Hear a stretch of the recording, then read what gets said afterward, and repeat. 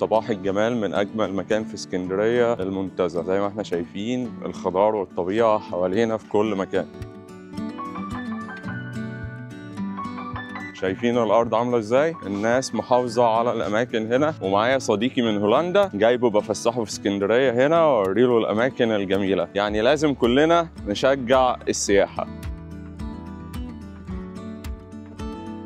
الدخول هنا في المنتزه الفرد ب 40 جنيه بس. الصراحة المكان يستاهل، الناس محافظة على الأماكن، الأشجار جميلة. هندخل البحر دلوقتي ونستمتع بالأجواء الجميلة الموجودة في المنتزه. تقريبا بقالي حوالي 12 سنة ما دخلتش المنتزه وأدخل أشوفها بالجمال ده كله. البلد في تطور.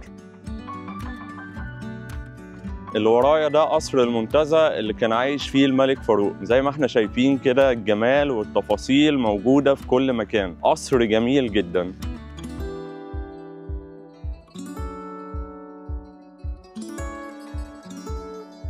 ايه الجمال ده كله؟ اسكندرية فعلا جميلة.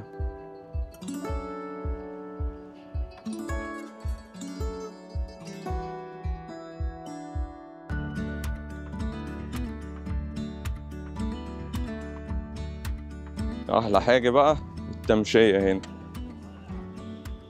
تسيب الحديقة زي ما انت حابب ان انت تشوفها. دي ثقافة النظافة. الناس كاتبة اهو، والناس الحمد لله محافظين على النظافة. فياريت كل واحد بيرمي حاجة ما يرميش عشان بلدنا تبقى نظيفة. زي ما شايفين كده ورانا الصبار الأورجانيك، والناس حاطة صناديق اهي وكاتبة عليها نهضة مصر. وإن شاء الله مصر هتبقى أعظم دولة في الدنيا زي ما كنا، ومصر قادمة. وإحنا اللي كنا بنقود العالم. عشان أي حد بيشتم في مصر او بيعيب في مصر، مصر هي يا جماعه. انا مش عامل فوتوشوب ولا جايب فيديوهات من بره. الحمد لله البلد بتتطور، والرئيس الحمد لله عامل مشاريع والدنيا كلها شغاله. نصبر بس كام سنه وهنلاقي بلدنا احلى بلد في الدنيا. مصر ام الدنيا وهتفضل ام الدنيا طول ما معانا رئيس قوي بيبني في البلد. يا ريت كل اللي يتفرج على الفيديو ده يشيره عشان نوصل الفيديو ده لكل العالم ويشوفوا بلدنا عامله ازاي، عشان لما حد بيسمع ان احنا مصريين يفكرنا ان احنا عايشين في خيم وعندنا صحراء وبنركب جمال. ما شافوش الجمال ده كله. مصر جميلة ولازم احنا نحافظ عليها. ما نرميش حاجة في الارض. نحافظ الحاجات اللي بتتعمل والحاجات الموجودة هنا في البلد. دي ملكية عامة، دي ملكية الشعب. ما ينفعش احنا نبوظها، لازم نحافظ عليها. هاتوا بلد في العالم فيها شواطئ زي شواطئ مصر والجمال اللي موجود عندنا. احنا عندنا كنز، عندنا خير. لازم نحافظ على اللي في ايدينا عشان الاجانب يجوا لنا البلد والبلد تستفاد والكل يشتغل. مطاعم وكافيهات وسياحه. ولما السياحه تدخل بلدنا نحافظ على السياح، نعاملهم بادب، نعاملهم كويس عشان يجوا لنا. محدش يسرق السياح، ده خير للبلد. يعني مش تيجي تقول هسرقه النهارده لان هو مش جاي لي بكره. لا، ده هيبعت لك ويبعت لك. لازم نحافظ على الجمال ده، ولازم نخلي بالنا ونعامل السياح كويس جدا. وده اعلى قطاع في البلد بيدخل فلوس. فاحنا لازم نحافظ على الاماكن السياحيه عشان السياح تجي لنا. والله الناس شغاله اهي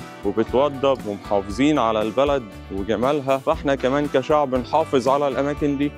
شايفين النظافه؟ فمحدش يرمي اي حاجه يا جماعه. شايفين الجمال؟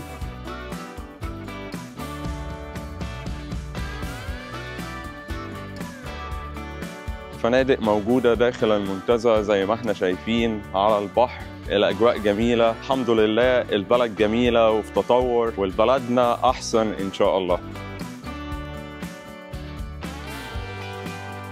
الأماكن كلها نظيفة والأماكن كلها جميلة ومناظر روعة. إيه الجمال ده كله؟ اسكندرية جميلة والأماكن كلها نظيفة. فياريت نحافظ على الأماكن دي لأن الأماكن دي بتاعتنا. ده اللي قدامنا كده فندق ريكسوس.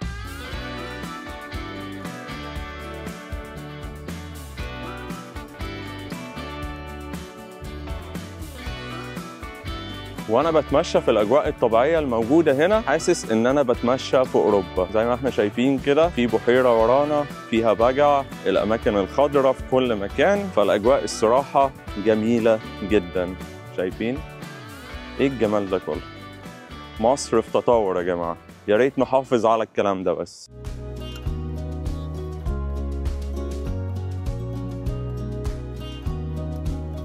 من الحاجات الجميله اللي عاملينها هنا، عاملين سلالم وعاملين لذوي الاعاقه الخاصه او اللي معاه طفل يطلع بالعربيه بتاعته من هنا، فدي حاجه تحسب للناس اللي طورت المكان هنا. طبعا كل اللي احنا شايفينه هناك ده شاليهات بتتعمل وهتتأجر وهتبقى داخل المنتزه، فالاجواء هنا هتبقى جميله جدا لاي حد عايز ينزل سياحه يصيف.